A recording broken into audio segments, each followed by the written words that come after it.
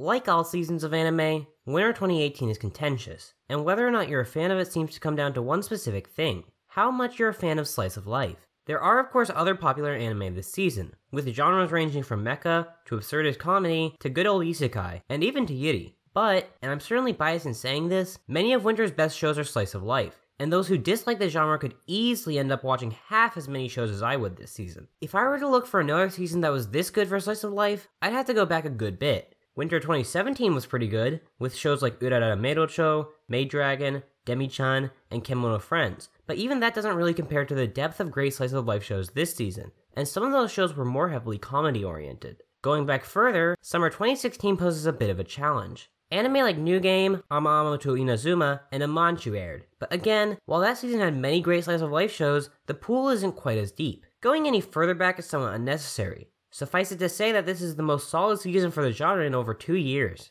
To demonstrate that, let's start with Hakume to Mikochi. Focus on a pair of cute, tiny women, this nature-filled slice of life anime is a great time. Reminiscent of stories like The Borrowers, it's set in a world where tiny human-like creatures peacefully coexist with animals who, while not anthropomorphized, certainly possess human-level intelligence. This show gets straight into the thick of things, never really explaining what's going on, and I kinda like that.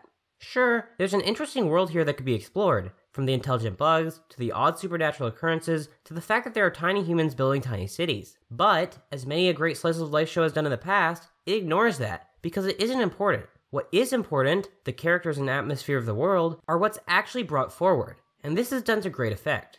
Our characters, especially the eponymous Hakume and Mikochi, are super cute. As I said, this show plops us right in the middle of things. We don't see how these two met and began living together in the first place, though I suspect we will eventually, but we don't really need that. Their dynamic is great. They bicker and make fun of each other, but not to the extent that it's hard to believe they even care. It's actually quite rare for me to see a depiction of friends who take shots at each other while also lifting one another up done so well.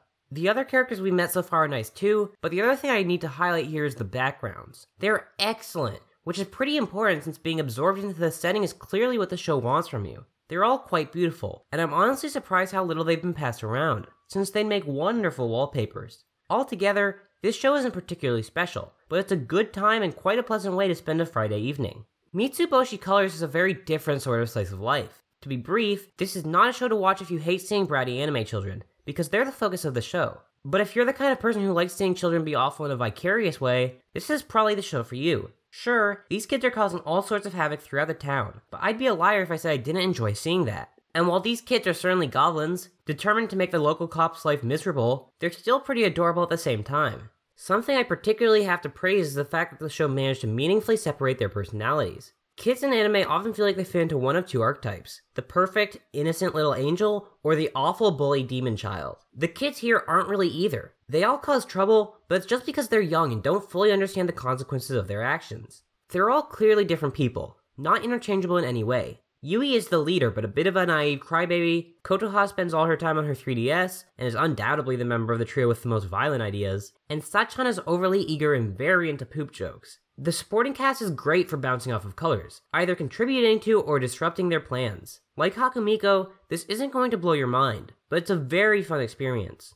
If the previous two shows weren't the most original, then Slow Start is probably the most generic show in existence, and that title wouldn't exactly be unearned. This is a cute girls doing cute things show that follows the genre's trappings to a T, mostly without the gimmicks that shows like Unhappy, Gochiusa, or Keen Moza use to feel fresh while still fitting in the genre's mold. And yet I really enjoy watching Slow Start, because it's just well executed. Bear in mind, you're going to get nothing new out of this show, but if you're a diehard fan of the genre as I am, then it's a very good time. The animation is fantastically bouncy, and the show just generally has a level of movement that I'm frankly not used to seeing in TV anime. The first episode might have had more cuts on one than I've seen in years, and while that episode's constant sakuga every single second wasn't upheld, the show is still better animated than basically anything else this season, with only Darling in the Franxx, and of course, Violet Evergarden, posing any sort of competition on that front. The characters are not nearly as standout as the animation, but they don't hold the show back. They're fun despite being fairly cookie-cutter, and I do like some of their dynamics. Eiko being suave as hell and somehow being able to naturally charm every girl in the world is quite amusing.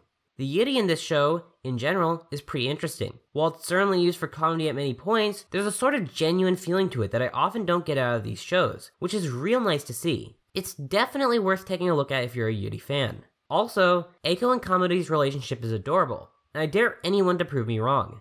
The main thrust of the show, that being that Hana is a year behind everyone else, is honestly not that compelling, though the show does a good job of selling it as it goes on. It's believable that a teenager would worry over something as silly as that, though it's not the kind of thing that can really power a whole show, so it's good that the character dynamics are charming.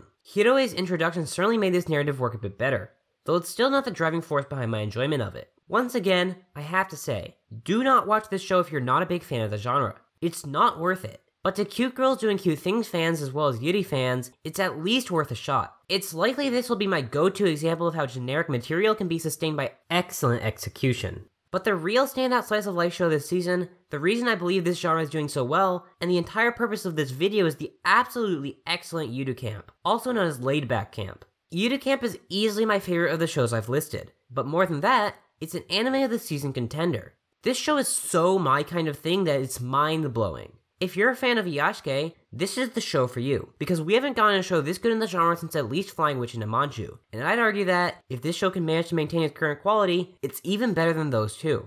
Shows set primarily outdoors have a natural advantage when it comes to setting a great atmosphere, but it takes skill to really bring out that potential. Yudu Camp's backgrounds do this perfectly, setting the quiet mood that you'd associate with a camping trip. The show boasts some real craft in making the camping believable. Lots of focus is put on the setting up of tents, the cooking of food, and other tasks which need to be accomplished while camping. Even better is the characters. Nadeshiko and Rin, our two leads, are both great. At first you'd expect Nadeshiko to be the ditzy, way too upbeat girl that causes problems for Rin, and that does seem to be the case in the first episode. But we quickly come to realize that she's far more reliable than first thought, and their relationship quickly becomes a beautifully mutual one. And Dean, who you'd expect to be somewhat stoic and uptight, shows a lot of adaptability, having fun with her friends and quickly coming to like Nadeshiko.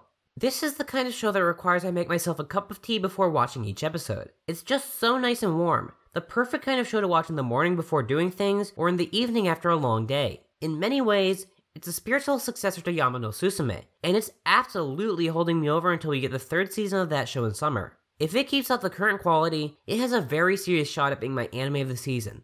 And that's just all the slice of life shows I'm watching. There are others in the genre that I'm not watching, and there are plenty of anime that still have that comfy feeling even if they don't count as part of the genre. Cardcaptor Sakura Clear Card, A Place Further Than the Universe, Koyo Ameagari no Yoni, and Slangatu no Lion all share that nice, down-to-earth feeling with the shows I talked about. If that's not the kind of mood you want in your anime, then this season's probably not doing much for you. But for someone like me, who craves that kind of show above all else, this is a monster of a season, one which is unbelievably good for winter, a period I've traditionally not loved. I'd be happy to get this many shows made for me in a year, so winter 2018 is absolutely a god tier season for me. This video and others are made easier because of the patrons you see right now. Special thanks to Yerden and Alice for being $10 patrons. If you'd like to support my videos, please support my Patreon, and consider following me on Twitter or checking out my blog for more content. I hope you enjoy my future videos as well.